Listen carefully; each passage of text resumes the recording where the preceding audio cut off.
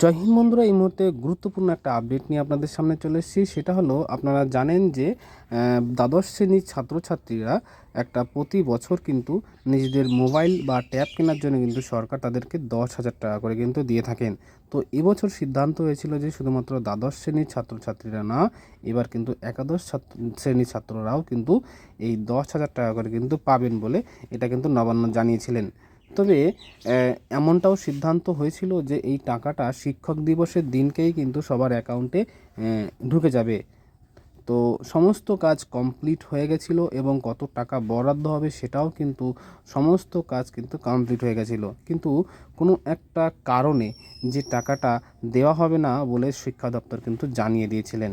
তো আপনাদের কাছে এটাও আমি জানাবো যে টোটাল কত টাকা তারা এই শিক্ষা খাতে অর্থাৎ এই ট্যাব কেনার জন্য সরকার বরাদ্দ করেছিল।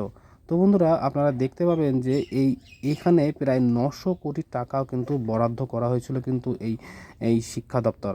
তো যাই হোক, কী কারণে এই টাকাটা দেবে না বলে নবান্ন জানিয়েছেন সেটা এখনও পর্যন্ত জানা যায়নি। জানা গেলে অবশ্যই আপনাদেরকে জানিয়ে দেবো। তো দেখা হচ্ছে নেক্সট ভিডিওতে। জয় হিন্দ, জয় ভারত।